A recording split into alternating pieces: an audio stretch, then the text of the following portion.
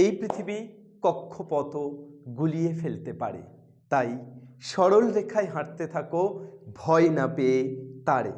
আজকে আমরা ক্লাস 12-এর ত্রিমাত্রিক দেশে সরলরেখা চ্যাপ্টারটি নিয়ে আলোচনা করব। ক্লাস 12-এর ভেক্টর এবং 3 ডাইমেনশনাল প্লেন ও স্ট্রেট লাইন এই দুটি মিলিয়ে টোটাল 12 থেকে 13 নম্বর তোমাদের থাকে। তার মধ্যে শুধুমাত্র ত্রিমাত্রিক দেশে সরলরেখা ও সমতল এই দুটি চ্যাপ্টার বা এই দুটি অধ্যায়ের মধ্য থেকে থাকে হচ্ছে 5 নম্বর, যার মধ্যে একটি সরলরেখার কোশ্চেন থাকে, স্বাভাবিকভাবে একটি সমতলের কোশ্চেন থাকে, দুটো অল্টারনেটিভ থাকে, যে কোনো একটি করতে হয়। অর্থাৎ যদি তোমরা সরলরেখাটা ভালো করে করো তাহলে কিন্তু এই 5 নম্বরটা পকেটে পড়ার সম্ভাবনাটা প্রবল। তাই সরলরেখা কিন্তু ক্লাস 12-এর একটি অত্যন্ত ইম্পর্টেন্ট টপিক এবং অবভিয়াসলি একটি অত্যন্ত easy topic. So let's start. আমরা সরলরেখা, ত্রিমাত্রিক দেশে সরলরেখার ফার্স্ট ক্লাসে আজকে আমরা 4A এবং 4B এই দুটি অধ্যায় নিয়ে আলোচনা করব। প্রথমে আমরা চলে আসি যে ক্লাস 11-এ আমরা যে সরলরেখাটা পড়েছিলাম সেটি ছিল দ্বিমাত্রিক দেশে, অর্থাৎ দ্বিমাত্রিক সরলরেখা। সেখানে কোঅর্ডিনেট বলতে এক্স ও ওয়াই বুঝতাম, কিন্তু ক্লাস 12-এ আমরা ত্রিমাত্রিক দেশে সরলরেখাতে এখানে কোঅর্ডিনেট অ্যাক্সিস বলতে আমরা তিনটি অ্যাক্সিসকে বুঝে থাকবো, একটি এক্স, একটি ওয়াই এবং একটি জেড। এটি যদি এক্স হয়, এটি ওয়াই, এটি জেড, এটি হচ্ছে মূলবিন্দু। তো ত্রিমাত্রিক দেশে সরলরেখা অর্থাৎ এই যে coordinate axis x y z axis, এর উপরে যদি কোনো সরলরেখা থাকে তবে সেটাকে আমরা কিভাবে রিপ্রেজেন্ট করব, তার ইকুয়েশন কি হবে, এগুলো নিয়েই আজকের আমাদের ক্লাস। আচ্ছা, প্রথমে আমরা যেটা বলি সেটা হচ্ছে ক্লাস 11-এ সরলরেখা পড়ানোর সময় আমরা বলেছি, আমরা আলোচনা করেছি যে হোয়াট ইজ ডিফাইন্ড বাই সরলরেখা। সরলরেখাটা কি?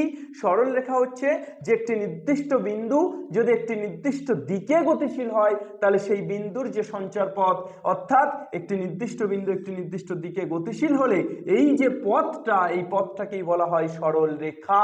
এটা আমরা ক্লাস 11-এ পড়েছি বা ক্লাস 11 আমি বলেছি ক্লাস 11-এ সরলরেখা করানোর সময়।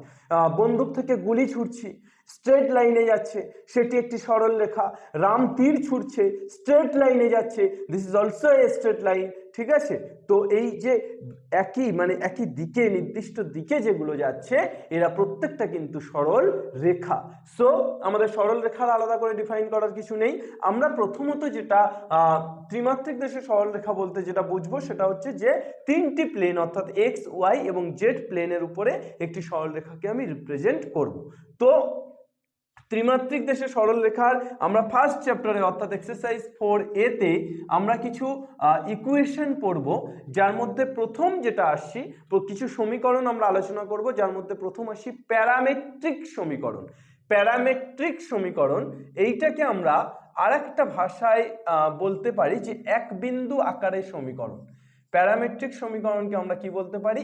এক বিন্দু আকারের সমীকরণ। এক বিন্দু আকারের সমীকরণ এটা কি? আচ্ছা, প্যারামেট্রিক বা এক বিন্দু আকারের সমীকরণ হোক বা দুই বিন্দু আকারের সমীকরণ হোক, যে কোনো সমীকরণের মনে রাখবে সরল রেখাতে ত্রিমাত্রিক দেশে সরল রেখাতে যে কোনো সমীকরণের দুটি রূপ থাকবে। কটা রূপ থাকবে? যে কোনো সমীকরণের দুটি রূপ থাকবে। তার মধ্যে একটি হচ্ছে ভেক্টর রূপ আর একটি হচ্ছে কার্তেশীয় রূপ। আবার এই যে কার্তেশীয় রূপ, এই কার্তেশীয় রূপটাকে আমরা আবার প্রতিসম আকার হিসেবেও বলে থাকি।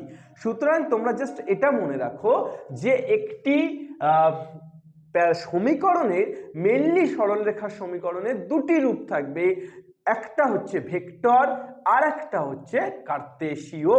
তো ভেক্টর রূপটা আমরা প্যারামেট্রিক সমীকরণের প্রথমে ভেক্টর রূপ পড়ব। ভেক্টর রূপ, ভেক্টর রূপটা কি হবে? আচ্ছা, এক বিন্দু আকারের, তো তাহলে একটি সরল রেখা যদি একটি বিন্দুগামী, এবার বিন্দুটা ধরে নিচ্ছি, বিন্দুটা একটা ভেক্টর রিপ্রেজেন্ট করে, একটা ভেক্টর ধরতে হবে। তাহলে আমি ধরছি একটি সরলরেখা যদি এ বিন্দুগামী হয় এবং সরলরেখাটি বি ভেক্টরের সমান্তরাল হয়, একটি সরলরেখা যদি এ বিন্দুগামী হয় এবং সরলরেখাটি যদি বি ভেক্টরের সমান্তরাল হয়, তবে সরল রেখাটির সমীকরণ বা ভেক্টর সমীকরণ হয় R vector equal to A plus T B. R vector equal to কি? এ প্লাস টিবি, যেখানে টি ইকুয়াল টু প্যারামেট্রিক ধ্রুবক, প্যারামেট্রিক কনস্ট্যান্ট বা প্যারামেট্রিক ধ্রুবক। এইবার এইটাকে আমরা যদি কোঅর্ডিনেট অ্যাক্সিসের উপর রিপ্রেজেন্ট করতে চাই, কিভাবে রিপ্রেজেন্ট করতে পারি? How to represent this? এটি মূলবিন্দু ও, তো এখান থেকে আমি একটি সরলরেখা টানছি, ধরো এই সরলরেখাটা, এই বিন্দুটার নাম দিচ্ছি এ। তো এই যে যাচ্ছে, আমি ধরে নিচ্ছি এই ভেক্টরটা হচ্ছে, এই বিন্দুটার ভেক্টরটা হচ্ছে এ ভেক্টর। ভেক্টরটা কত? A vector. তাহলে এই ওয়েটা হচ্ছে এ ভেক্টর। এইবার এখান থেকে একটি সরলরেখা আমি নিচ্ছি, এর নাম দিচ্ছি ধরো বি। এই যে ভেক্টরটা, এর নাম দিচ্ছি ধরো আর ভেক্টর। কি নাম দিচ্ছি? আর ভেক্টর। এই যে ওবি, এই ওবিটার নাম দিচ্ছি আর ভেক্টর। আচ্ছা, এই এবি সমান্তরাল একটি সরলরেখা রিপ্রেজেন্ট করছি, যাকে নাম দিচ্ছি বি ভেক্টর। এবি সমান্তরাল একটি সরলরেখা বি ভেক্টর। তাহলে এবি সমান্তরাল যদি একটা বি ভেক্টর হয়, তাহলে এবিটা কি হবে? আমরা সমান্তরাল সরলরেখা রিপ্রেজেন্ট করার জন্য, একটা সরলরেখা যদি বি ভেক্টর হয়, তাহলে তার সমান্তরাল সরলরেখা কি হয়? টিবি, মানে কোন একটি কনস্ট্যান্ট ইনটু বি। একটা সরলরেখা সেটা বি ভেক্টর বা বি বিন্দুগামী, তাহলে তার সমান্তরাল যে সরলরেখাটা হবে, সেই সমান্তরাল সরলরেখাটা কি হবে? সামথিং কনস্ট্যান্ট ইনটু এটা। এভাবে আমরা রিপ্রেজেন্ট করেছিলাম যে এ ও বি দুটি ভেক্টর বা এ ও বি দুটি সরলরেখা যদি সমান্তরাল হয়, তাহলে A equal to lambda into B আমরা লিখেছিলাম না? তাহলে সেম ভাবে এখানে ল্যামডার জায়গায় জাস্ট কি লিখছি? ল্যামডার জায়গায় টি লিখছি। তাহলে আমরা এটা টিবি পাচ্ছি, আর এইটা ওবিটা আর মানে হচ্ছে এই পুরো ভেক্টরটা আর। তাহলে এখান থেকে আমরা ভেক্টরের ত্রিভুজ সূত্র থেকে কি লিখতে পারি? আমরা ভেক্টরের ত্রিভুজ সূত্র থেকে from triangles law we can say that r equal to a, এটা তো a, তাহলে a plus tb, where t is the parametric constant. Clear? তাহলে r equal to a plus tb, এইটা হচ্ছে একটি সরলরেখার ভেক্টর আকার, একটি সরলরেখার সমীকরণের ভেক্টর আকার। কত বিন্দু আকারের? এক বিন্দু আকারের। কত বিন্দু আকারের? এক বিন্দু আকারের। এবার কার্তেশীয় আকারটা কি? যেটা হচ্ছে কার্তেশীয় আকার, বা এটাকে আবার আমরা বলে থাকি প্রতিসম আকার। প্রতিসম আকার, কার্তেশিয়ান ফর্ম। যদি একটি সরলরেখা x1, y1, z1 বিন্দুগামী হয়, যদি একটি সরলরেখা x1, y1, z1 বিন্দুগামী হয়, এবং সরলরেখাটির দিক অনুপাত সমূহ, সরলরেখাটির দিক অনুপাত সমূহ এ, বি ও সি হয়, তবে দিক অনুপাত সমূহ এ, বি ও সি হয়, তবে সরলরেখাটির সমীকরণ হয়, কি হয়? সরলরেখাটির সমীকরণ হয় x minus x1 by a equal to y minus y1 by b equal to z minus z1 by c। মনে রাখতে হবে, ঠিক আছে? তাহলে কার্তেশীয় আকারের সমীকরণটা এটা কেন হয়? যদি what is the logic between this, what is the logic behind this, তাহলে আমরা কি করব?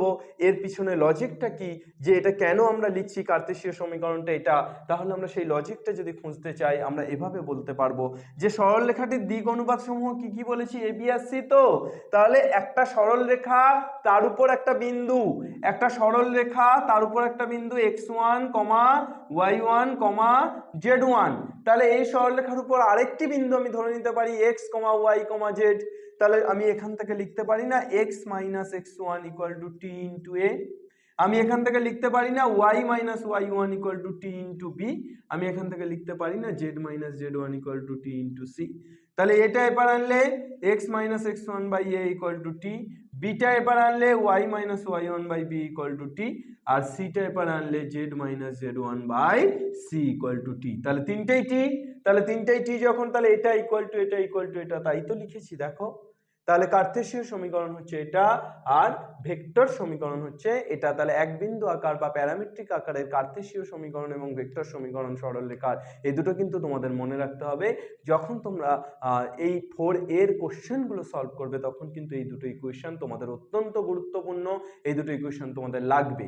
আর একটা কথা কি বলেছি, যেটা কার্তেশীয় আকার সেটাই কিন্তু প্রতিসম আকার, যাহা কার্তেশীয় তাহাই প্রতিসম, যাহা জল তাহা পানি। ঠিক আছে, তাহলে যাহা কার্তেশীয় তাহাই প্রতিসম আকার। ঠিক আছে, তাহলে এই দুটো সমীকরণ তোমরা কিন্তু একদম জলভাত করে ফেলো। নেক্সট, এরপর আমরা দুই বিন্দু আকারের সমীকরণ পড়বো। যে সমীকরণগুলো আমরা বলবো আজকে, যে সমীকরণগুলো আমরা পড়াচ্ছি, সেই সমীকরণগুলো কিন্তু অবশ্যই সেই সমীকরণগুলো নিজেদের আয়ত্তে নিয়ে আসতে হবে। সেই সমীকরণগুলো যদি নিজেদের আয়ত্তে না আনতে পারো তাহলে কিন্তু মহা বিপদ।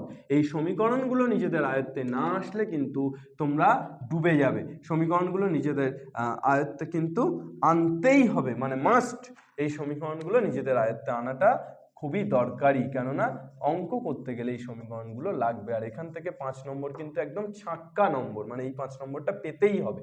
দুই বিন্দু আকার, প্রথমে ভেক্টর যদি লিখি, একটা সরলরেখা, তার উপর দুটো বিন্দু, একটা এ বিন্দুগামী, এ ভেক্টর বিন্দুগামী, আর একটা ভেক্টর রূপ, একটা এ ভেক্টর বিন্দুগামী আর একটা বি ভেক্টর বিন্দুগামী, একটা এ ভেক্টর বিন্দুগামী আর একটা বি ভেক্টর বিন্দুগামী। তাহলে এই সরলরেখাটা সমান্তরাল একটি সরলরেখা আমি বলতে পারি B minus A into T, T into B minus A, এটা মনে রাখবে। তাহলে এই সরলরেখাটির সমীকরণ কি হবে, R vector equal to A plus, তাহলে সমান্তরাল vector T into B minus A. তাহলে আর ভেক্টর ইকুয়াল টু কি পাবো, A plus T into B minus A. অর্থাৎ দুটি বিন্দু যদি দুটি ভেক্টর বলে দেয় এ ও বি, তাহলে তার ভেক্টর রূপ আকারে তার সমীকরণ কি হবে, R equal to A plus T into B minus A. মনে থাকবে যেখানে টি হচ্ছে ওই প্যারামেট্রিক কনস্ট্যান্ট। এবার কার্তেশীয় রূপ, কার্তেশীয় রূপটা কি লিখবো, x minus x1 by x2 minus x1 equal to y minus y1 by y2 minus y1 equal to z minus z1 by z2 minus z1। এইটা, তাহলে এই যে দুটো রূপ অর্থাৎ ভেক্টর রূপ এবং কার্তেশীয় রূপ, এই দুটো রূপকে তোমাদের কিন্তু মনে রাখতে হবে। এই দুটো রূপকে মনে রাখাটা অত্যন্ত দরকারি। এই দুটো রূপ যদি তুমি মনে রাখতে না পারো তাহলে কিন্তু দুই বিন্দু আকারের সমীকরণ না পারলে তুমি এই অঙ্কগুলো সলভ করতে পারবে না। তাহলে এক বিন্দু আকারের দুটো সমীকরণ, দুই বিন্দু আকারের দুটো সমীকরণ মাস্ট বি মনে রাখতে হবে। তোমরা এই যে কার্তেশীয় রূপ লিখলাম এটাই কিন্তু আবার প্রতিসম আকার। আমার যদি বলে দুই বিন্দু আকারের প্রতিসম আকার, তাহলে আমি এটাই লিখবো। ঠিক আছে, আর এখান থেকে কিছু নেই। 4a থেকে আরেকটা জিনিস সেটা আমরা অঙ্ক করানোর সময় দেখিয়ে দেবো, যে ভেক্টর আকার থেকে কি করে কার্তেশীয় আকারে আনতে হয়, কিভাবে ভেক্টর আকার থেকে কার্তেশীয় আকারে আনতে হয়, কিভাবে কার্তেশীয় আকার থেকে ভেক্টর আকারে নিয়ে যেতে হয়। এই দুটো জিনিস তোমাদের আছে, এই দুটো জিনিস আমরা অঙ্ক যখন করাচ্ছি তখন আশা করি তোমরা বুঝতে পারবে। আর একটা জিনিস, জাস্ট 3টি বিন্দু যদি হয়, একটি সরলরেখার উপর যদি 3টি বিন্দু হয় তাহলে তাদের সমরেখ হওয়ার শর্ত কি। 3টি বিন্দু ধরো x1 y1 z1, x2 y2 z2 এবং x3 y3 z3। এই 3টি বিন্দু একই সরলরেখায় থাকবে তবেই তো সমরেখ। তাহলে এই 3টি বিন্দু একই সরলরেখায় থাকার শর্ত কি, বা এই 3টি বিন্দু সমরেখ হওয়ার শর্ত কি। এই 3টি বিন্দু সমরেখ হওয়ার শর্ত হচ্ছে x2 minus x1 by x3 minus x2 equal to y2 minus y1 by y3 minus y2 equal to z2 minus z1 by z3 minus z2। ঠিক আছে, এই 3টি বিন্দু একই সরলরেখায় থাকবে বা একই সমরেখ হবে, তার শর্ত হচ্ছে এটা। এটা মনে রাখবে। তাহলে 3টি বিন্দু একই কখন সমরেখ হবে আর কখন সমরেখ হবে না সেটা তাহলে তোমরা ক্লিয়ার হয়ে গেলে, যে 3টি বিন্দু কখন সমরেখ হবে কখন সমরেখ হবে না। তাহলে এই যেগুলো বললাম এগুলো প্রত্যেকটা কিন্তু খাতাতে টুকে ফেলো। খাতাতে টুকে ফেললে এবার আমরা এক্সারসাইজে চলে যাব। আমরা প্রথমেই দেখিয়ে দেবো যে ভেক্টর আকার থেকে কার্তেশীয় আকারে কি করে আনে, কার্তেশীয় আকার থেকে ভেক্টর আকারে কি করে আনে, একটা বিন্দু দেওয়া থাকলে, একটা সমান্তরাল সরলরেখা দেওয়া থাকলে কি করে সমীকরণ বের করতে হয়, এগুলোই আমরা প্রথমে দেখব। একদম প্রথমে এট ফার্স্ট আমরা এগুলো দেখে ফেলবো। চলো তাহলে এক্সারসাইজ 4a তে আমরা ঢুকছি, আগুন লাগাতে ঢুকছি, আগুন লাগাতে ঢুকছি। আর ইউ রেডি বয়েস? চলো, সংক্ষিপ্ত উত্তরধর্মী। অতি সংক্ষিপ্ততে আমরা অতি সংক্ষিপ্ত নিয়ে প্রথমে আসছি না, আমরা সংক্ষিপ্ত উত্তরধর্মী কয়েকটা অঙ্ক করি, তারপর অতি সংক্ষিপ্ত উত্তরধর্মীরও দু একটা যদি প্রয়োজন হয় তাহলে আমি করাচ্ছি। আচ্ছা, সংক্ষিপ্ত উত্তরধর্মীতে প্রথম যে অঙ্কটা আছে বলছে i minus 2j plus 3k, i minus 2j plus 3k। ভেক্টরের সমান্তরাল যে সরলরেখা, এই ভেক্টরের সমান্তরাল যে সরলরেখা 1, -2, 5 বিন্দুগামী, তার ভেক্টর ও কার্তেশীয় সমীকরণ নির্ণয় করো। তাহলে এইটার সমান্তরাল একটি সরলরেখা যেটি 1, -2, 5 বিন্দুগামী, তার ভেক্টর সমীকরণ এবং কার্তেশীয় সমীকরণ নির্ণয় করতে হবে। আচ্ছা, প্রথমে ভেক্টর সমীকরণ নির্ণয় করি। তাহলে ভেক্টর সমীকরণ আমরা দেখতে পাচ্ছি যে একটা বিন্দুগামী, তো একটা বিন্দুগামী 1, -2, 5, আর হচ্ছে একটা সরলরেখার সমান্তরাল সেটি এটা। তাহলে আমার এক বিন্দু আকারে ভেক্টর সমীকরণ নির্ণয় করতে হবে না? এ ভাই বলো, এক বিন্দু আকারে ভেক্টর সমীকরণ নির্ণয় করতে হবে তো। তাহলে এক বিন্দু আকারে ভেক্টর সমীকরণটা কি ছিল বলো? r = a + tb। এটা কি ছিল? যে বিন্দুগামী সেটা। তাহলে এখানে এটা কত? 1, -2, 5। তাহলে এটাকে ভেক্টর আকারে রিপ্রেজেন্ট করলে 1 × i মানে i - 2j plus 5k plus t into কত? b, b কত? i - 2j plus 3k। দেখো, তাহলে r = কত পেয়ে গেলাম? r = পেয়ে গেলাম a প্লাস tb। r = কি পেয়ে গেলাম? r = পেয়ে গেলাম a প্লাস tb। এইবার ভেক্টর সমীকরণ হয়ে গেল। এবার কার্তেশীয় সমীকরণ আমরা কিভাবে বের করব? কার্তেশীয় সমীকরণটা আমরা কি শিখেছিলাম? x - x1/a = y - y1/b = z - z1/c। তাহলে এখানে x - x1 মানে 1/a, a মানে হচ্ছে এই যে সমান্তরাল সরলরেখা, সমান্তরাল সরলরেখার যে সহগগুলো সেগুলোই হচ্ছে abc। তাহলে এখানে 1, তারপর y - -2 মানে +2y -2 = z - 5/3। এটাই হয়ে যাচ্ছে তাহলে কার্তেশীয় সমীকরণ। তাহলে একটি সরলরেখার ভেক্টর সমীকরণও বের করতে পারলাম, কার্তেশীয় সমীকরণও কিন্তু আমরা বের করতে পারলাম। তাহলে একটা এক বিন্দু আকারের যদি আমার একটা বিন্দু এবং একটি সমান্তরাল সরলরেখা দিয়ে দেয়, তাহলে আমরা তার কার্তেশীয় সমীকরণ এবং ভেক্টর সমীকরণ দুটোই কিন্তু এই প্রসেসে নির্ণয় করতে পারবো এক বিন্দু আকারের ক্ষেত্রে। দুই বিন্দু আকারের ক্ষেত্রে আমরা পরে দেখাচ্ছি। এক বিন্দু আকারের ক্ষেত্রে তাহলে এটা যদি আমাদের সংখ্যা চেঞ্জ করে দেয়, তাহলে আমরা কিন্তু ঠিক একই রকম প্রসেসে অঙ্কগুলো করতে পারবো। নেক্সট আমরা চলে আসছি, এরপরের অঙ্কটা কি দিয়েছে দেখে নিই। এরপরে আমি একটা অঙ্ক লিখছি, 3-এরটা 2-এরটা একই রকম ভাবে তাহলে তোমরা বাড়িতে করবে। 2-এরটা সেম অঙ্ক, সেম অ্যাজ 1, সো 2-এরটা তোমরা বাড়িতে করবে। 3-এরটা কোন সরলরেখার কার্তেশীয় সমীকরণ x + 3/2 = y - 5/4 = z + 6/2, z + 6/2। আমাকে বলেছে এই সরলরেখার ভেক্টর সমীকরণ লিখি। তাহলে আমার এখানে কার্তেশীয় সমীকরণ দেওয়া আছে। কি সমীকরণ দেওয়া আছে? কার্তেশীয় সমীকরণ দেওয়া আছে। আমাকে কি সমীকরণে আনতে বলেছে? আমাকে ভেক্টর সমীকরণে আনতে বলেছে। তাহলে কার্তেশীয় দেওয়া আছে, গিভেন কার্তেশীয়, আমাকে ফাইন্ড আউট করতে হবে ভেক্টর, অর্থাৎ কার্তেশীয় সমীকরণ থেকে ভেক্টর সমীকরণে নিয়ে যেতে হবে। অর্থাৎ এইবার আমরা পড়ছি কার্তেশীয় আকার থেকে কিভাবে ভেক্টর আকারে নিয়ে যেতে হয় সেই পদ্ধতিটা। চলে এসো, তাহলে ফার্স্ট আমরা যেটা করব, লেট মানে হচ্ছে ধরি, এটা = t।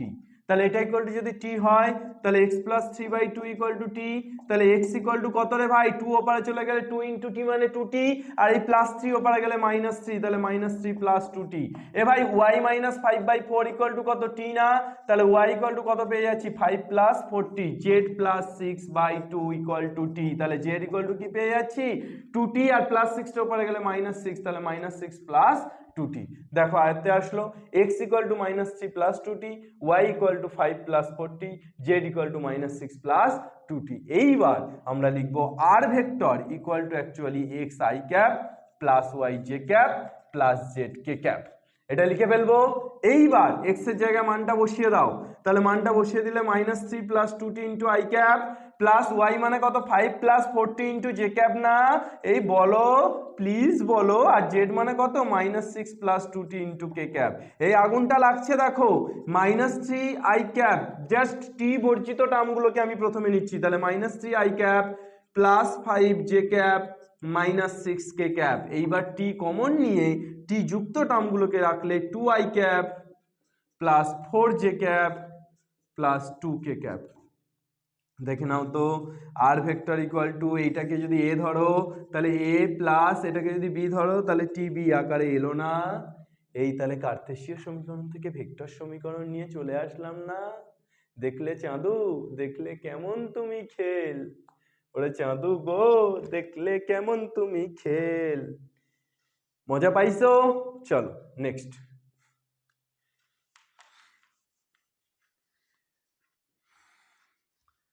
আপনি অঙ্ক দেখেন, অঙ্ক করেন, তবে এত নাম্বার করেন কেন? অঙ্ক করে কি মজা পান না?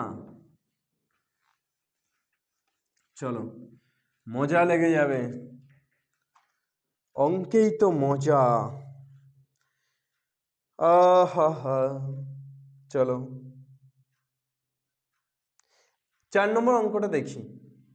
বলছে কোনো সরলরেখার কার্তেশীয় সমীকরণ 3x + 2 = 5y - 4 = 3 - z। আমাকে বলেছে সরল রেখাটি যে বিন্দুগামী তার স্থানাঙ্ক এবং তার দিক অনুপাত সমূহ নির্ণয় করি, আর সরল রেখাটিকে প্রতিসম আকারে প্রকাশ করি, তার ভেক্টর সমীকরণ নির্ণয় করি। তাহলে আমাকে অনেকগুলো কাজ একসাথে করতে হবে। কি কি কাজ? এক এক করে। প্রথম কাজ, সরল রেখাটি কি বিন্দুগামী।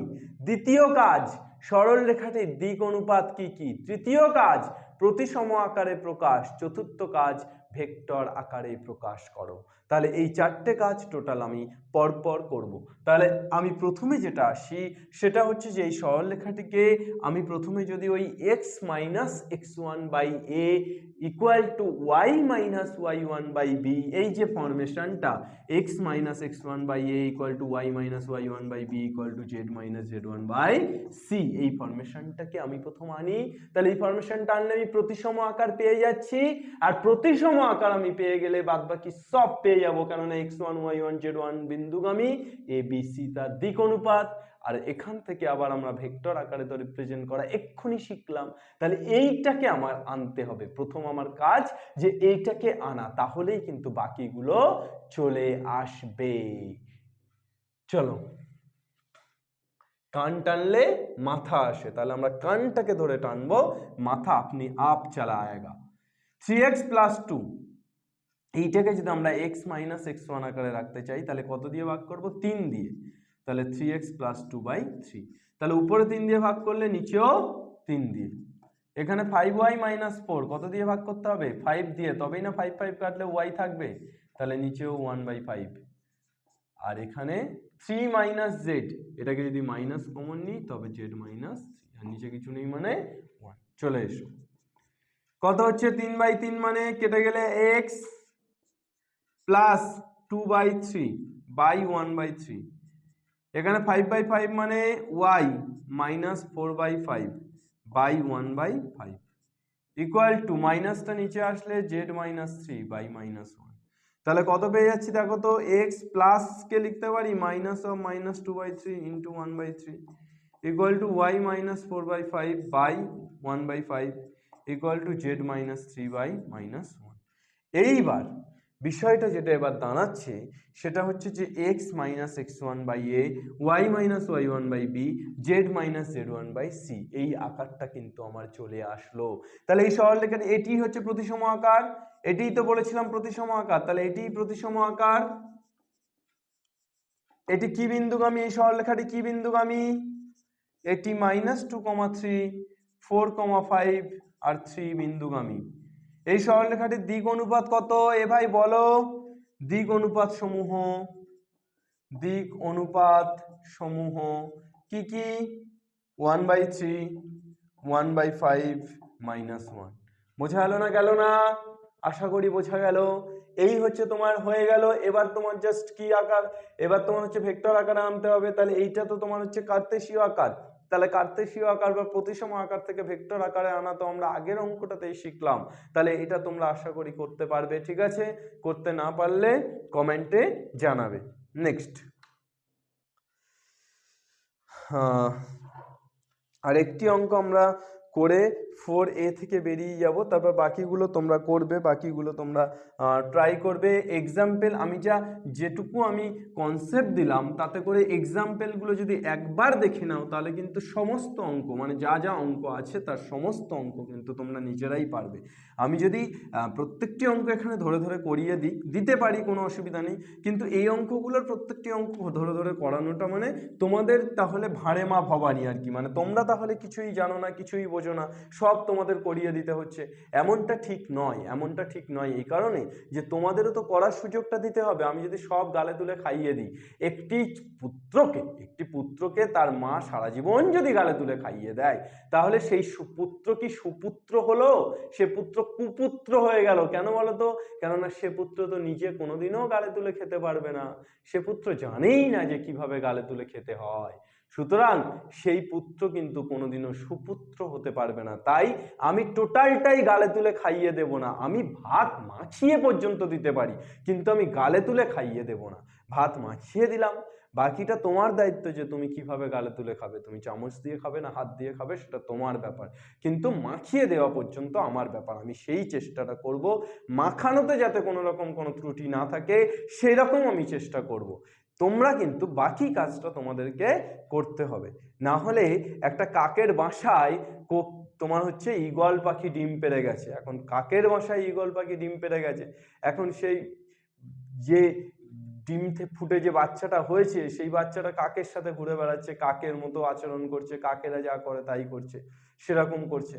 কিন্তু ঈগল যে অত উঁচুতে একটা উড়ে বেড়ানো পাখি, সেই উড়ে বেড়ানো পাখিটাই সে তার নিজে যে পারে, যে নিজের মধ্যে যে শক্তিটা, সেটা কিন্তু সে ওই কাকগুলোর সাথে ভিড়ে গিয়ে সে সেই শক্তিটা ভুলে গেছে। সুতরাং তেমনটা করো না, মানে তেমনটা যেন না হয়। তোমাদেরকে কিন্তু ঈগলের মতোই হতে হবে, চতুর, উঁচুতে উঠতে হবে, ঠিক আছে, সবচেয়ে উঁচুতে উঠতে হবে। তাই ঈগল হও, কাক নয়। চলো নেক্সট, এরপর আমরা চলে আসছি কোথায় যাব? আমি পথ হারাবো, আমি 10-এ যাব। x plus 2/3 equal to y plus 1/2 equal to z minus 3/2। বলছে যে সরল রেখার উপরিস্থিত যে বিন্দুগুলি 1,3,3 বিন্দু থেকে 5 একক দূরত্বে অবস্থিত সেগুলি নির্ণয় করো। 1,3,3 বিন্দু থেকে কত একক দূরত্বে অবস্থিত? 5 একক দূরত্বে অবস্থিত। তাহলে এই সরল রেখাটা ধরো, এই সরল রেখাটা এইটা হলো, এই সরলরেখার উপর যে বিন্দুগুলি 1,3,3 মানে ধরো সেই বিন্দুটা এখানে, তাহলে যে বিন্দুগুলি 5 একক দূরত্বে অবস্থিত সেই বিন্দুগুলো আমাকে বের করতে হবে। কার উপরে? এই সরলরেখার উপরে, ধরো এবি সরলরেখার উপরে। তাহলে এই এবি সরলরেখাটার সমীকরণ কি? এইটা। তাহলে এই সমীকরণটা থেকে কিন্তু আমি এবি সরলরেখার উপরে বিন্দু বের করতে পারবো না? এই এবি সরলরেখাটার উপর বিন্দু বের করতে গেলে এবি সমীকরণটা থেকেই একমাত্র বের করা সম্ভব। তাহলে দেখি বের করা যাচ্ছে কিনা। আমি যদি এটাকে ইকুয়াল টু টি ধরে নিই, ধরি x plus 2/3 equal to y plus 1/2 equal to z minus 3/2 equal to t। তাহলে x plus 2/3 equal to t, তাহলে এখান থেকে x plus 2 equal to 3t, তাহলে x equal to minus 2 plus 3t। y plus 1/2 equal to t, তাহলে y equal to কত? minus 1 plus 2t। z minus 3/2 equal to t, তাহলে z equal to কত? 3 plus 2t। তাহলে x y z তিনটে আমরা পেয়ে গেলাম। তাহলে x y z টা আমি ধরতে পারি না এবির উপরে যে কোনো বিন্দু?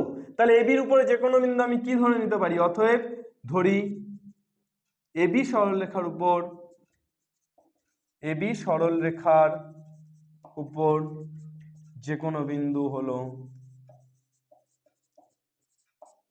যে কোনো বিন্দু হলো কত? -2 plus 3t, -1 plus 2t, 3 plus 2t হলো। তাহলে এবি সরলরেখার উপর এটা যে কোনো একটা বিন্দু, তাহলে এই বিন্দু আর আমার 1,3,3 বিন্দু, এর মধ্যে দূরত্বটা কত একক বলে দিয়েছে? 5 একক। তাহলে আমি লিখতে পারি অতএব শর্তানুসারে রুট ওভার অফ এই দুটো বিন্দুর মধ্যে দূরত্ব, তাহলে root over of -2 plus 3t minus 1 তার whole square plus -1 plus 2t minus 3 তার whole square plus 3 plus 2t minus 3 তার হোল স্কোয়ার ইকুয়াল টু কত 5। রুটটা ওপারে গেলে কি হয়ে যাবে স্কোয়ার হয়ে যাবে, তাহলে -2 আর -1 কত হয়ে যাচ্ছে -3 প্লাস 3t তার হোল স্কোয়ার, -1 আর -3 হয়ে যাচ্ছে -4 প্লাস 2t তার প্লাস 2t তার হোল স্কোয়ার প্লাস 3 কেটে গেলে শুধু 2t তার হোল স্কোয়ার ইকুয়াল টু এই রুটটা এবার আসলে স্কোয়ার হলে 5-এর স্কোয়ার মানে 25। তাহলে এইবার দেখো জাস্ট আমার a প্লাস বি তার হোল স্কোয়ারের সূত্রে ফেললে a স্কোয়ার মানে -3 তার হোল স্কোয়ার মানে 9 plus 2 into -3 into 3t plus 3t তার হোল স্কোয়ার মানে হচ্ছে 9t স্কোয়ার প্লাস -4 তার হোল স্কোয়ার মানে 16 plus 2 into -4 into 2t plus 2t তার হোল স্কোয়ার মানে 4t square plus 4t square equal to 25। তাহলে কত পেয়ে যাচ্ছি দেখো তো, আমরা জাস্ট ক্যালকুলেশনটা ধরে ধরে করো, কি পাচ্ছ দেখো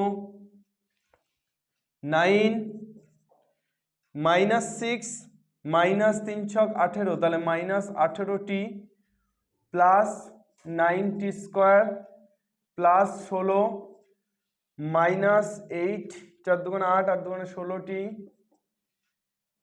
plus 4t square plus 4t square equal to 25।